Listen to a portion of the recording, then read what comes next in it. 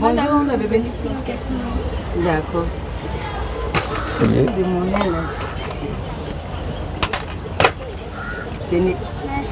Cet exercice, Aline et ses amis le font tous les matins. Membre de la coopérative scolaire du lycée Mamie Oufouette-Fété de Bingerville, elle passe encaisser la somme de 200 francs CFA aux vendeuses du marché de leur établissement. Somme qu'elles reversent ensuite à leur caisse. À la fin de la journée, nous faisons des comptes. Ce que j'aime là-dedans, c'est que ça me rend ambitieuse, moins paresseuse aussi. Et puis, ça nous permet d'acquérir plus de connaissances. Culture hors sol, élevage de poulets, couture, commerce, des activités qu'elles pratiquent dans le cadre de leur coopérative. Une coopérative scolaire est un regroupement d'adultes et d'élèves qui décident de mettre en œuvre un projet éducatif. Un mix entre vie associative et coopérative.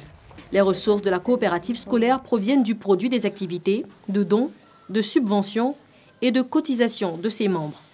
Les versements sont volontaires.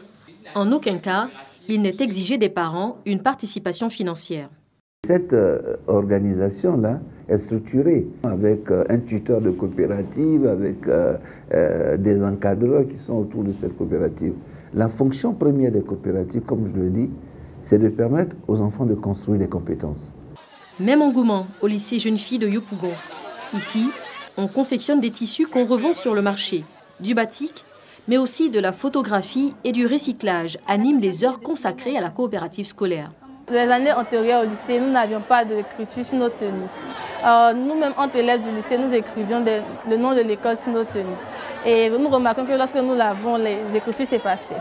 Alors nous avons approché nos profs d'art plastique pour qu'ils puissent nous aider à fixer la couleur. C'est de là qu'est sorti le projet du club batik.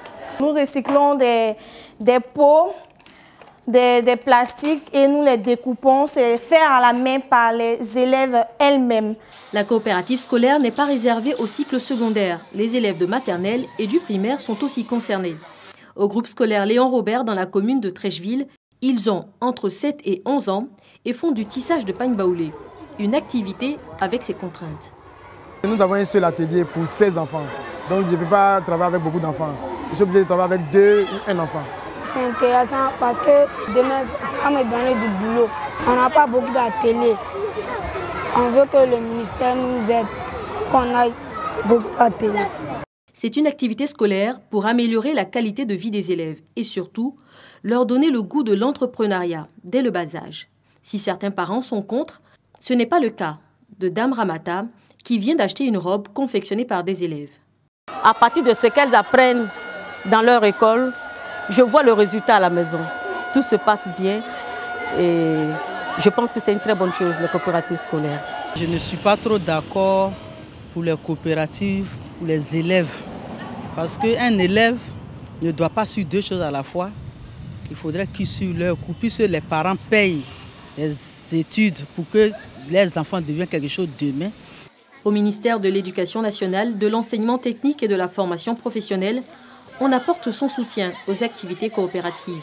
Un geste pour permettre aux élèves de développer leur leadership. Nous formons les encadreurs à la planification des activités, à la production agro-pastorale, et puis nous faisons le suivi au quotidien pour que vraiment les choses puissent s'améliorer. En Côte d'Ivoire, la coopérative a été introduite à l'école en 1968. Après les réformes entreprises par la tutelle, elle est aujourd'hui obligatoire pour les élèves de la maternelle à la terminale. On dénombre 2502 coopératives dans le préscolaire, 16 324 au primaire et 1641 coopératives dans le secondaire. Sur les 20 467 coopératives que compte le pays, seulement 45% sont fonctionnelles.